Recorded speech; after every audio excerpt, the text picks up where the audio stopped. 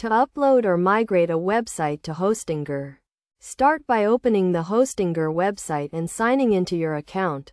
If you haven't already, you can purchase a Hostinger plan by going to the Websites section, selecting a pricing option, and completing the purchase. After buying a plan, you'll be taken through an onboarding process, where you'll be asked who the website is for. You can select Myself or My Business. The important step comes next. If you want to upload or migrate a website from somewhere else, click Migrate and then Next. You'll then be prompted to enter a domain name, which can be an existing one or a new one you can purchase from Hostinger.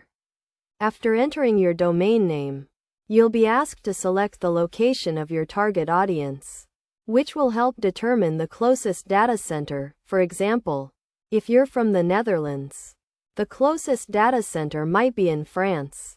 Once you've selected your data center, click Next, and your details will be saved. You'll then be asked to enter the name of the website you want to migrate. After entering the website name, you'll be asked how you want to migrate your website. You can choose to provide WordPress admin details or your backup files and database. If you choose to upload from WordPress, you'll need to enter your WordPress admin login details, which will be used solely for the migration process.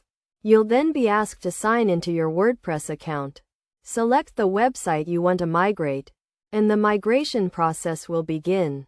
It's essential to note that you shouldn't make any changes to your website's DNS settings until the migration process is complete. Once the migration is finished, your website will be hosted on Hostinger.